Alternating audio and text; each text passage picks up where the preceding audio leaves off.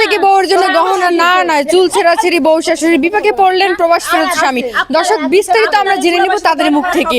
আচ্ছা, আপনারা দুইজন চুল ছেঁড়াছেড়ি না করে গহনা নিজেদের মধ্যে ভাগাভাগি করে নিলে তো পারেন। কিসের ভাগাভাগি করবে আপা? কিসের ভাগাভাগি করে গয়না নিবে? এর বুড়া বয়সে গয়না পড়তে হবে কিসে? এই যে আমার বাতার দেখেন, শখের বাতার আমার 3টা বছর প্রবাসে কাটাই আইছে। আমার বাপের বাড়ি টাকা দিয়ে 4 লাখ টাকা গুইনা গুইনা আমার স্বামীর আমি আইনা দিছি, প্রবাসে গেছে। গয়না পাইলে কে পাইবে? আমি পাবো ফার্স্ট টাইমে। এই বুড়া মহিলা কি গয়না পাইবো? আমার বাতারের কি কোনো আক্কেল জ্ঞান নাই? আচ্ছা আন্টি, আপনাকে যে গহনাগুলো দেওয়া হয়েছে আপনি তো চাইলে এইখান থেকে আপনার ছেলের বউকে কিছু দিতে পারেন। মারে শোনো, দুঃখের কথা কি কমু, 10 মাস 10 দিন পোলা পেটে নইছি আমি, মাল লালন পালন করছি আমি। এ বাড়ি গাড়ি আমার, আমি কি মা কয়বারে লয়ে যামু? হ্যাঁ, আমি মরে গেলে তো অগই থাকবো।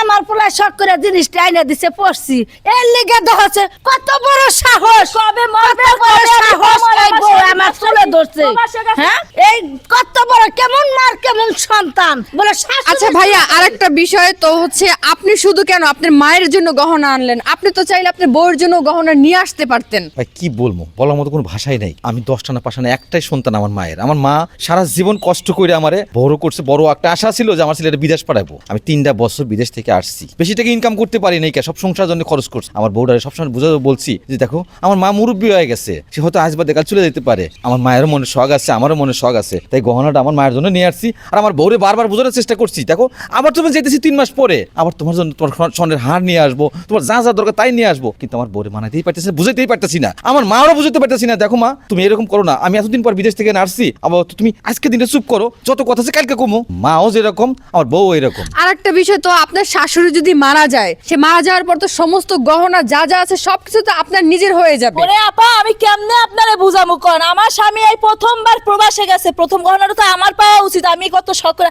আমি যে বাপের বাড়ি যাবো, যাই কি কম, আমার স্বামী আমার জন্য কিছুই আনে নাই, খালি হাতে আছে। তখন আমার বাপের বাড়ি মানুষ কি কইবো আমারে? কেন, আপনি চাইলে তো শাশুড়ির সাথে মিলেমিশে নিতে পারেন। না, আমি মিলেমিশে নিতে পারবো না। আমার জন্য একান্ত ভাবে আমার জন্য আনতে হবে। কেন আনলো না এটা? মানে আপনার মানে শুধু আপনারই? আমারই। আচ্ছা আন্টি, এখন আপনি কি করবেন? আপনার ছেলের বউ তো আপনার সাথে ঝগড়াঝাটি করছে, চুল ছেঁড়াছিড়ি করতেছে, আপনার শরীরে হাত তুলছে, আপনি কি এখন গহনাগুলো তাকে দিবেন না দিবেন না? গয়না তো দিমু না অষ্টদ গোষ্ঠী আইলো এবার বেটা আমি রাহুম না বউ, যেই বউনি শাশুড়ির উপরে হাত তোলা পারে এগুলা দেখা 10 জনে আরো শাশুড়ির চুল ছিঁড়াছিড়ি করবো। এই বউ রাহুমি না আমি ঘরের সংসার। এখন আপনি কি করবেন? জোর করে কি গহনাগুলো নিয়ে যাবেন আপনার শাশুড়ির কাছ আমি থেকে? দিমু না। আমাকে গহনা দিতে হবে। গহনা কেন দিবে না? উনি কি টাকা দিছিল যখন ওনার ছেলে যখন গেছিল? এই তোমাকে কে টাকা দিছে? আমি দিই না, আরে- আমার বাবার বাড়ি টাকা দিয়ে তুমি যাও নাই। তুমি সাংবাদিকের সামনে কি কইতেছো না কইতেছো, আমার মাথা নষ্ট হয়ে যেতেছে। আর গহনা লাগে আর যা লাগে ঠিক আছে, তোমাকে দেবো তো। আমি বললাম এতদিন পর আমি আইছি, আবার তো চুপ করো। ম্যাডাম শুনুন, আপনি আসছেন ভালো হয়েছে, আমি একা পারতেছি না। আমি এই জিনিসটা বুঝতে পারতেছি না যে 3টা বছর পরে আসছি, তোমার গহনা লাগুক, টাকা লাগুক, পয়সা লাগুক, আমার মার জন্য যদি নিয়ে আসি তোমার একটা ব্যবস্থা করবো আমি, আজ না হয় কাল। কিন্তু আজকের দিনটা আমি এতদিন পরে আসছি, আমার বউ যে এমন ব্যবহার করতেছে আমার সাথে, আর আমার মাও আমার কথা শুনতেছে না। আপনি একটা মেয়ে মানুষ আছেন, আপনি সুন্দর করে বুঝান, আমি বুঝতে পারতেছি না। শোনেন, সবাই তো সবার মতো না, আসলে এক একজনের মন মাইন্ড এক এক রকমের।